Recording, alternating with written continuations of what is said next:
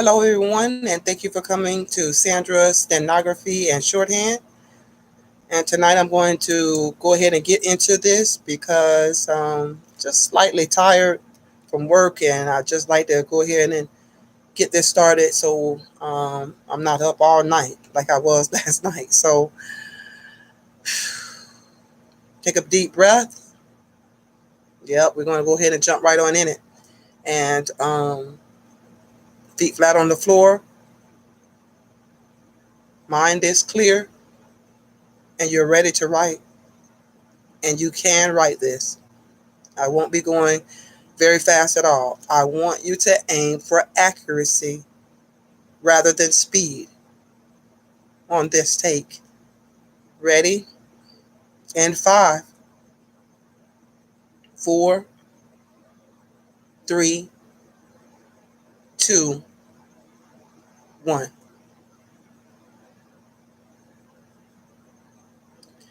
Now, what is the evidence that the government of the United States, what do we have to show you that the defendant, with premeditation and malice aforethought and cold blood, destroyed his family? Ladies and gentlemen, the evidence will show that about 9.5 years ago, in 1970, there lived at Fort Bragg, North Carolina, a federal military reservation, the MacDonald family. There were four members of that family. Colette, at that time, the evidence will show, was about 26 years of age. She and the defendant had learned, I think, at Thanksgiving of 1969, shortly before, that they were to have another child. Colette was the mother of two. She and the defendant, Dr. MacDonald, had gotten married in the early to mid 60s, and Colette had quit school, quit college. Kimberly was born, and Colette never finished her college education. And so, like so many people, during this time in her life, she was trying to complete what she had given up before. She was an English lit major in college, but she was taking a class in child psychology in February of 1970. Kimberly MacDonald was 5 years of age in 1970. She would be 6 in April. She was in kindergarten, very bright, very friendly, by all accounts, her father's child. Christian, the baby, was 2. She would be 3 in May. She was shy and somewhat of a tomboy. The defendant, Jeffrey MacDonald, also like Colette, about the same age. They had dated off and on through high school. Was a doctor, ambitious. They had come to Fort Bragg just a few months before, late summer, early fall of 1969. MacDonald was a member of the Special Forces, interested in becoming the physician for the Fort Bragg boxing team. This was the MacDonald family on the 6th of February, 1970. On the evening of the 16th, it was a Monday night. Colette MacDonald, as had been her custom, was going to her child psychology class with a friend and neighbor, Elizabeth Christia. Now, Elizabeth Christia Ramage. They went to class. Colette, rather soft-spoken, did, in fact, speak up that night at class, which was somewhat unusual for her. And she asked a couple of questions concerning the bedwetting problems that one of her children had. The class ended at its usual time. I think Elizabeth Crystal got home about 9:30 that night, and Colette got home a few minutes later. Colette having driven Elizabeth Krista to class. Colette went inside 544 Castle Drive for the last time. The evidence, ladies and gentlemen, will show that on the 16th, it was cold, wet, rainy, miserable. A typical North Carolina February night. That it had rained hard off and on during the early evening, slowing to a light drizzle in the early morning, and that sometime between 3 and 4 o'clock on the 17th of February, 1970, the lives of Colette, Kimberly, and Christian MacDonald came to an abrupt and terminable halt. They died. They died a terrible death. Colette died as a result of being clubbed and stabbed to death. Kimberly died as a result of being clubbed and stabbed to death. And Christian died as a result of being stabbed and stabbed to death. The defendant, Jeffrey MacDonald, was also at home that night. He, alone of the family, remained alive. On that night, as on most nights in Fort Bragg, the military police were on patrol throughout the area. Castle Drive is a part of Corregidor Courts, which is a housing area for officers at Fort Bragg. One MP will say, and has said, that he had the opportunity that night to pass near Castle Drive a number of times and saw no one except a guard at the PX. It appeared to be a relatively quiet evening, except, of course, at Castle Drive at 544. At about 3:40 or 3:42 a.m., military police were alerted by a telephone call that a domestic disturbance had occurred at that address. and they were alerted to go there. And they did. Within minutes, at about 4 o'clock a.m., MPs were at the MacDonald residence. They got out of their Jeeps, went to the front of the MacDonald address, and attempted to gain entrance, to learn that the front door was locked.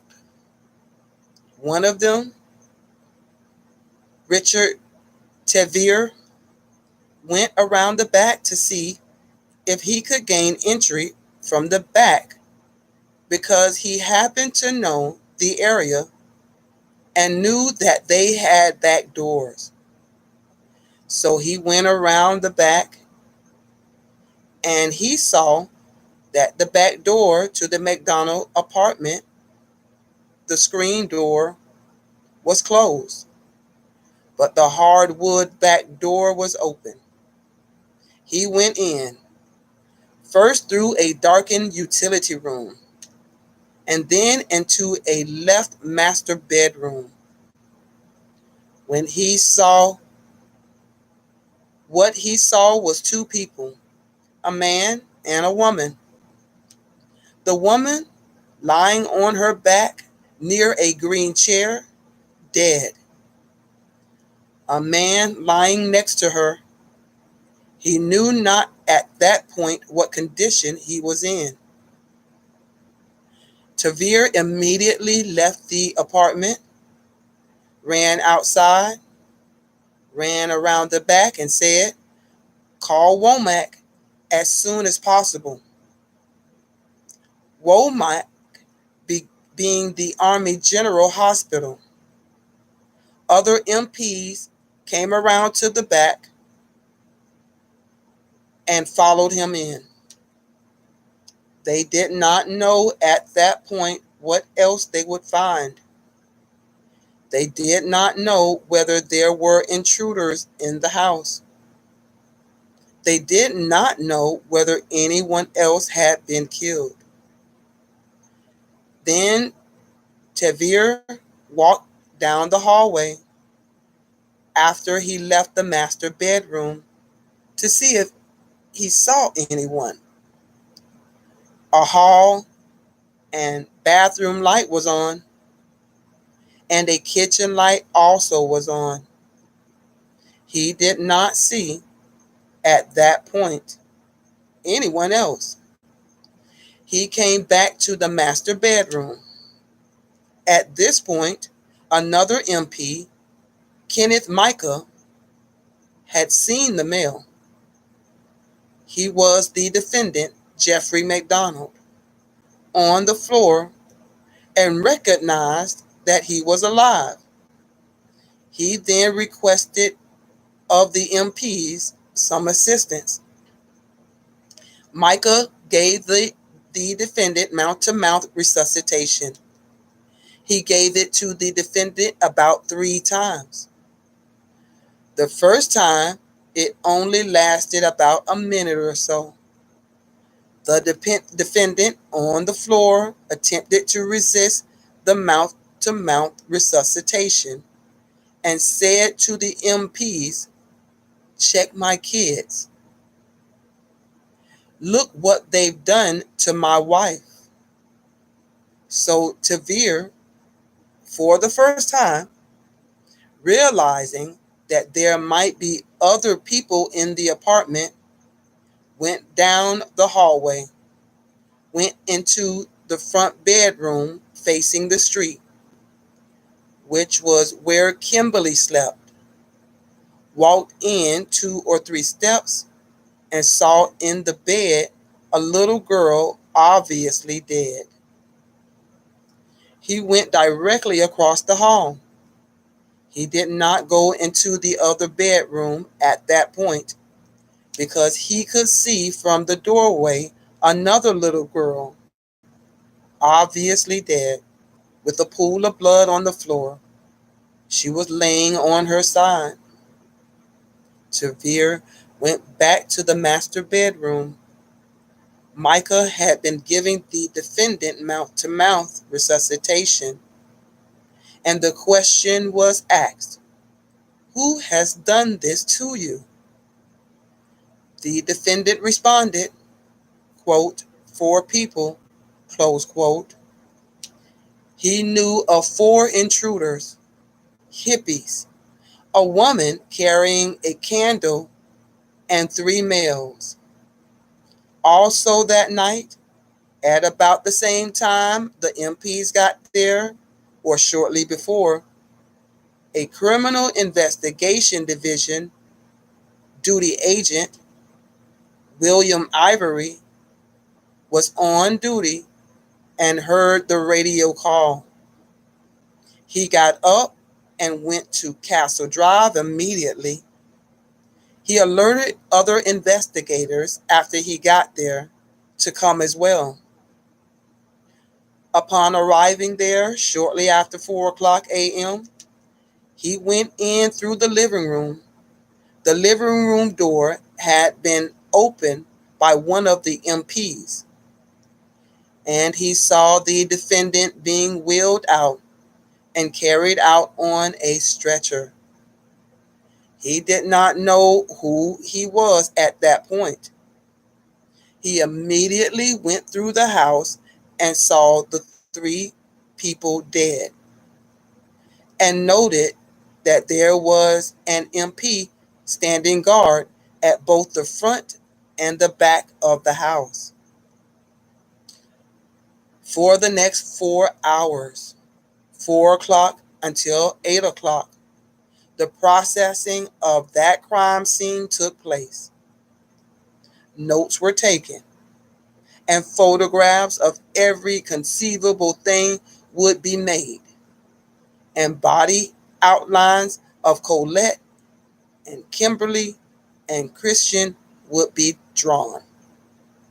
That is to say, body outline in a felt pen around where they lay, so it could be marked.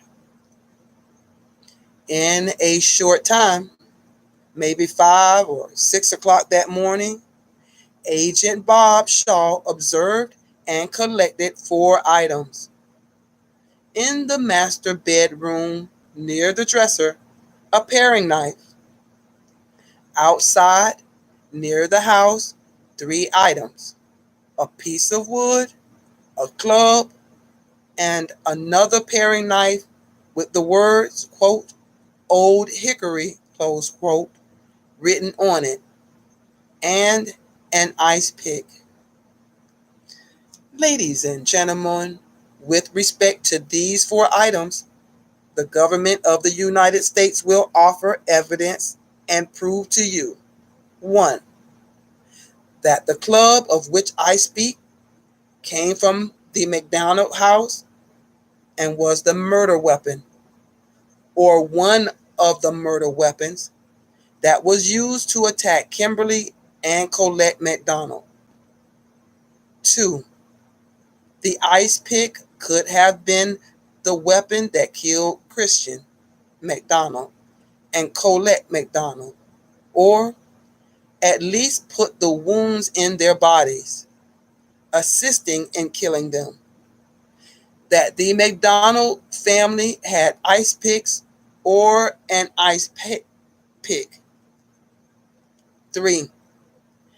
That the other paring knife, the quote, "Old Hickory," close quote, knife, a sharp blade, single-edged blade, could have been the knife that stabbed Colette, stabbed Kimberly, and stabbed Kirsten, and that the MacDonald family did, in fact, have knives. And with respect to the 4th knife, a Geneva forge knife, that, like the Old Hickory knife, it too could have come from the MacDonald household. At about 8:00 a.m., Colette and Kimberly and Christian fell left Castle Drive for the last time. They also, like the defendant, went to Womack. They did not go to the same place, though. They went to the morgue. At about 9:30 that morning, their bodies were autopsied. Colette was examined by Dr. Gamble. The autopsy of Colette revealed certain things that will be revealed to you during the course of this trial by the government. First, both arms, right and left, were broken. The right arm broken, both bones. The left arm, one bone broken twice at different places. That on or about her face, head, and chin suffered approximately 6 blunt trauma injuries that could have been inflicted by the use of the club to which I have earlier referred. That her skull was fractured, and she also had a wound on her chest that could have come from the end of a club. She suffered approximately 16 wounds that could have been inflicted with a sharp-edged knife. Stab wounds, 7 in her chest, 9 in her back. Her trachea had been cut, both lungs and pulmonary artery. Colette bled to death. Finally, she also suffered approximately 24 puncture wounds that could have been inflicted by the use of the ice pick, to which I have earlier referred. 3 of those wounds in the left arm, 21 on her chest, 16 on the left, and 5 on the right. Kimberly would suffer at least 2 blunt trauma injuries. Her right cheekbone, her nose would be broken, the back of her skull fractured in every conceivable part, and about 8 to 10 stab wounds that could have been inflicted with a sharp knife, to which I have earlier referred, in her neck. I'm going to go a little faster. Kristen, the only one of the 3 that would not suffer a blunt trauma wound, such as with a club, but would suffer at least 33 ice pack or stabbing wounds, 16 approximately with an ice pick, 17 have referred the ice pick and the old hickory knife. Christian would also have on her hand and fingers both cuttings. Dr. MacDonald, the defendant, who had left the hospital about 4 o'clock, would also be examined and also had injuries. What does our evidence reveal with respect to his injuries? That he had 1 bump on his head, a cut on his left arm, a scratch on his right, several abrasions in this portion of the chest, a laceration above his navel, a paper cut on his finger, no wounds on his back, but an incision in the right part of his chest, an incision which would later cause him to have a second chest tube inserted due to a pneumothorax or a partial collapse of the right lung. Dr. MacDonald, the evidence will show you, is very much alive. On the 17th, the defendant would be interviewed for the first of several times. The first by Paul Connolly of the Criminal Intelligence Division, and subsequently that day by Bob Caverly of the FBI. And Bob Caverly would go back and interview him again on the next day and also the next day.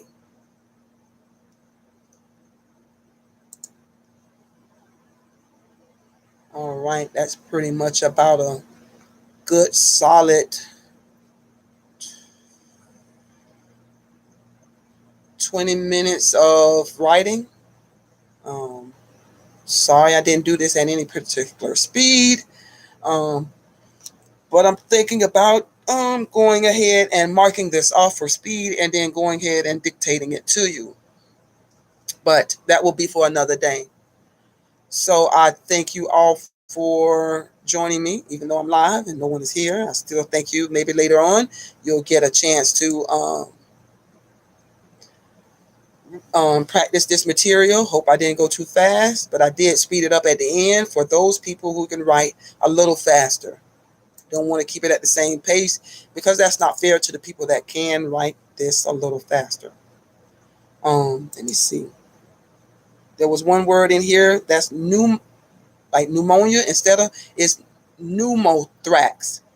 PNEUMOTHORAX. Let me see if there's anything else I might want to point out to you guys. I thought I heard Dr. Gamble, GAMMEL. Colette, COLETTE. Christian is spelled CRISTEN. Of course, you know Castle Drive. Let me see. If you were to transcribe this, you would have to put the 1, the 2, and the 3 in parentheses on the left side of the page. We've got Old Hickory. MPs, capital M, capital P, apostrophe S.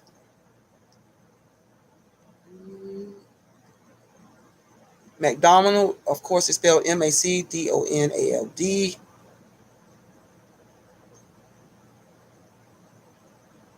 Autopsy, you need to probably have a brief for that. I can look one up. Inflicted. I think that's it that I saw in this part here.